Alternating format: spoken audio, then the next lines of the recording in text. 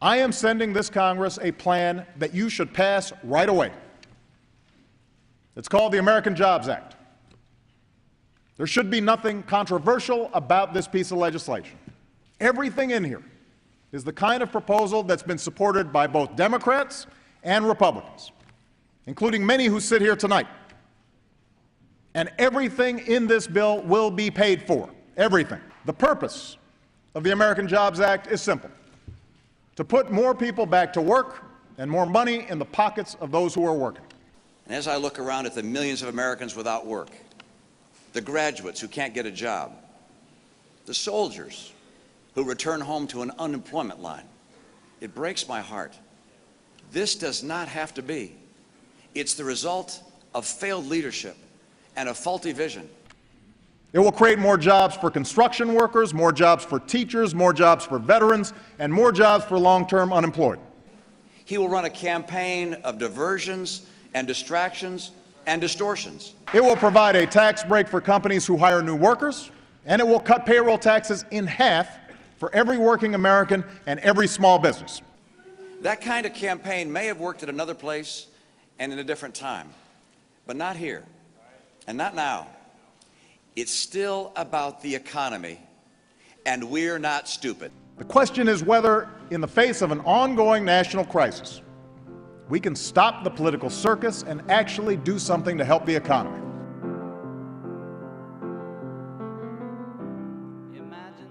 Small businesses will get a tax cut if they hire new workers or if they raise workers' wages. If you have 50 employees making an average salary, that's an $80,000 tax cut.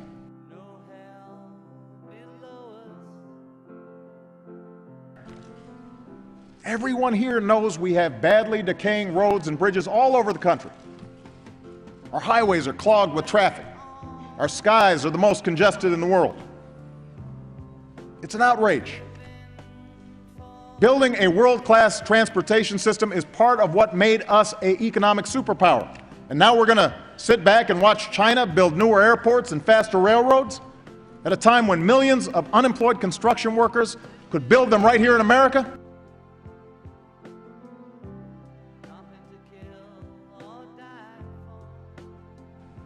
This is America. Every child deserves a great school, and we can give it to them if we act now. The American Jobs Act will repair and modernize at least 35,000 schools.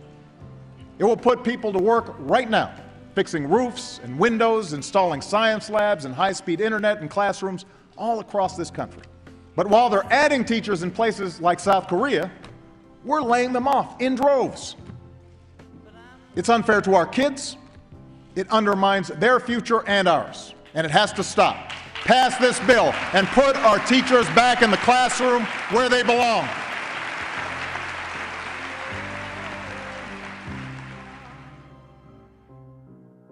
My name is Wade Williams. I teach film and TV production at Saugus High School. I've taught since 1994. Programs are going away. You know, we're not investing. Other countries, like you said, they invest in their future. Classes like mine, like video production, or electives that deal with any sort of technology, they need to be modernized, and they need to be modernized on a regular basis if we're going to keep these kids current. And money is, it's not free, it's not cheap, and it can't come from the parents. So it has to come from somebody. And here's the other thing I want the American people to know. The American Jobs Act will not add to the deficit. It will be paid for by making modest adjustments to health care programs like Medicare and Medicaid, and by reforming our tax code in a way that asks the wealthiest Americans and biggest corporations to pay their fair share. It is definitely. Absolutely. I think it's time that the big corporations take responsibility and chip in and help where it's needed. Yeah, I mean, if they have the money to spare, you know, why are they going to be taking out on the average American? What are the chances it would pass? The only reason it hasn't passed is it's actually been brought up in the Senate. All Democrats are for it, all Republicans voted against it. If you want to talk about why Obama can't get the Republicans to go along, it's because he doesn't have the interpersonal skills to convince people to go along. So the fact that the Republicans are going to refuse to do this is Obama's fault. Neil, we're out of time, but It'll always be Obama's fault, Tom. there you go. Okay, you got the last word.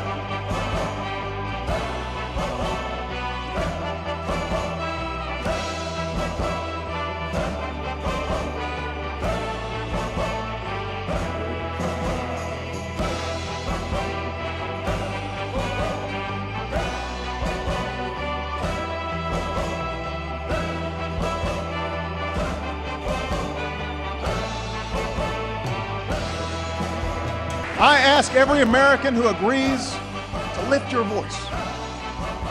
Tell the people who are gathered here tonight that you want action now. Tell Washington that doing nothing is not an option. Remind us that if we act as one nation and one people, we have it within our power to meet this challenge.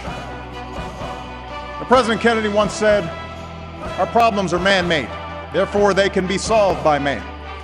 And man can be as big as he wants." These are difficult years for our country, but we are Americans. We are tougher than the times we live in, and we are bigger than our politics have been. So let's meet the moment, let's get to work, and let's show the world once again why the United States of America remains the greatest nation on earth. Thank you very much. God bless you. And God bless the United States of America.